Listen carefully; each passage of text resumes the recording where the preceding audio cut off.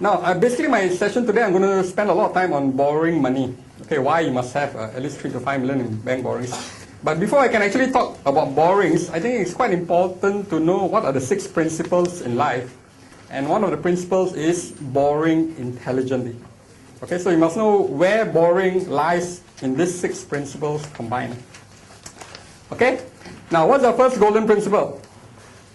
Okay, in order to earn and invest more, you first need to what?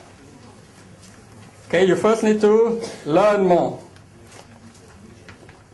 Alright? Now, let's say for example, I have a time machine and I can send you back in time, say maybe 5 or 10 years ago. Okay, do you think your life will be the same or it will be different? If you have the ability to go back in time. Okay, very likely it will be different because you see, probably, you may have done different courses in university, or maybe you may have married somebody else, okay, or may have pursued different career paths and so forth.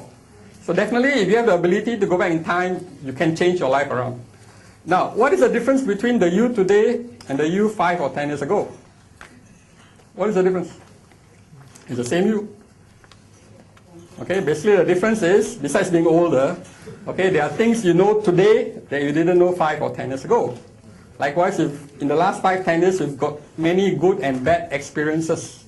So if you combine knowledge plus experience, that's what I call wisdom. Okay, that you didn't have 5 or 10 years ago. So likewise, if you want to move to the next level in life, whether it's earning more money or investing more money, you first need to invest in yourself. Okay, you need to get, because you are already at a level with the current knowledge that you have. So if you want to move to the next level, you got to put in new information. Alright, so in a way, it's good that you are here. At least you are here to learn something. Okay, this was a picture I picked up from Hong Kong Bank many years ago. They stopped advertising these ads. And even they say the safest investment you can ever make is the investment in yourself. Okay, and I kind of became curious because I didn't know Hong Kong Bank was doing financial seminars and all that. So I called them up. What are you guys actually selling? Oh, we're actually selling unit trusts. So do you see unit trust in the picture? Okay, it is not there for a reason. Okay. Okay, so my suggestion is invest at least 5 to 10% of your annual income and invest it on self-help books, on seminars, on audio programs, and on anything that can make a difference to your life. Okay, because say for example, you're earning $100,000 a year. 5% of that is $5,000 a year. Now today, that sum of money may seem quite a lot, but for all you know, that $5,000 you invest in say any books or programs or seminars, that could propel you to earning maybe $200,000 a year or even $500,000 a year or even more. Okay, so that investment that you make is actually very, very small in comparison to the returns you can possibly get. All right. So these are some of the books, and I would recommend you to highly read. Okay, and my suggestion, don't waste time on reading fiction. Reading fiction is pure entertainment. I stopped reading fiction many years back. Okay? It is pure entertainment. Go and read books and basically read the best books there are. Quite simple, look at the non-fiction list, the top 10 books, people have read it, they like it, there's a reason why they're there. All right, so just pick the best. Okay, and very important is to learn the right and useful things in life. And to me, these are 4 things you must learn. Okay, first is sales. Okay, sales, by that I mean one-on-one selling. Okay, now how many of you are employees and you're not involved in sales at all? Okay, now when you go for job interview, are you selling yourself?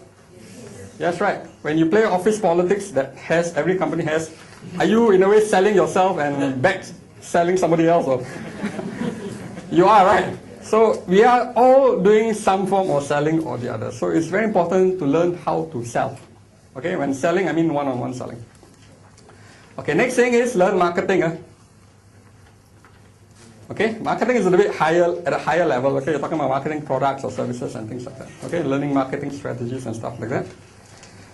Next thing to learn, I feel very, very important is entrepreneurship. Okay, even though you are an employee, there are ways you can start businesses with little or no money down sometimes also. Okay? And I think the last thing is where we are today, you have to learn about investments. Okay, because whatever money you're going to make out there, you have to invest it. Okay, so very important, you must learn investments. I give my personal example. I did a 4-year degree in economics. I learned finance and all that. Do you think what I learned in university actually helps me when it comes to real life investments? Okay, the answer is no. I also have a certified financial planner, CFP.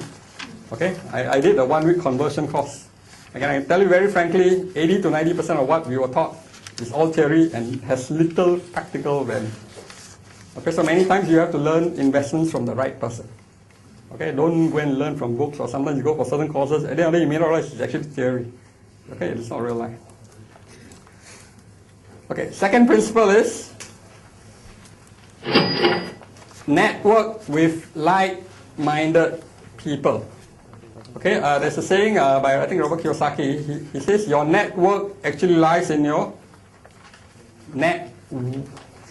your net worth lies in your network. All right. Now, would you agree with me that in Malaysia, as in many other countries, who you know is more important than what you know? Yes or no? Yes. Of course, right. It's not the what. Many people are so concerned with the what you know. Okay, but actually that's not as important as who you know. Because many times if you meet the right person at the right time in your life can change totally around. Okay? Now let's say for example, you happen to be a childhood friend of Tony Fernandez, you are his church mate, you know. So when he started AirAsia, you know, he invited you to join him, or if you didn't join him, you know, as he grew bigger and bigger, he also pulled you up. Now do you think you'll be different today if you know Tony Fernandez on a one-on-one basis?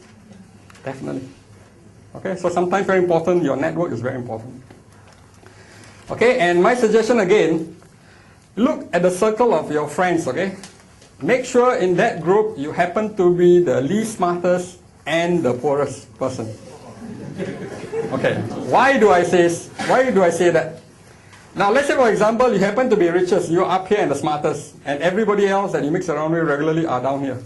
What is going to happen? Are they going to push you up or pull you down? Definitely they're going to pull you down.